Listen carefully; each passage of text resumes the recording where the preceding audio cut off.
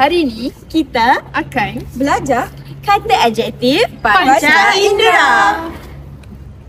Kata adjektif panca indera ini terdiri daripada 5, iaitu deria penglihatan, deria pendengaran, deria bau, deria sentuh dan juga deria rasa. Bisa ini diorang. Saya mendengar guna telinga.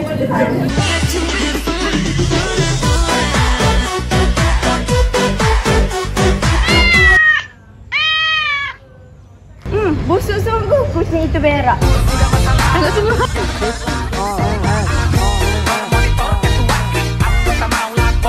Pandang-pandang abang cari seberang, tampan juga. Lihat Cik Ardi. Handsome hari ini. Ya.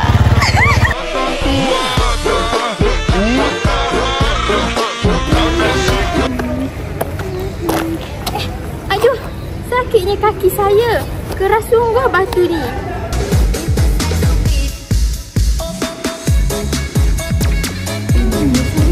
Wah, sedapnya air ni. Rasanya manis. Semanis senyumanmu.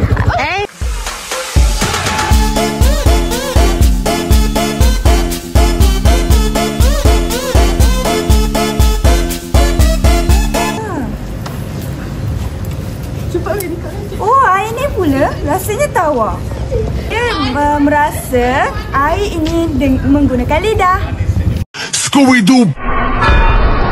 Pop, pop. Yeah, boom, boom, boom, boom, boom. Yeah. Mama?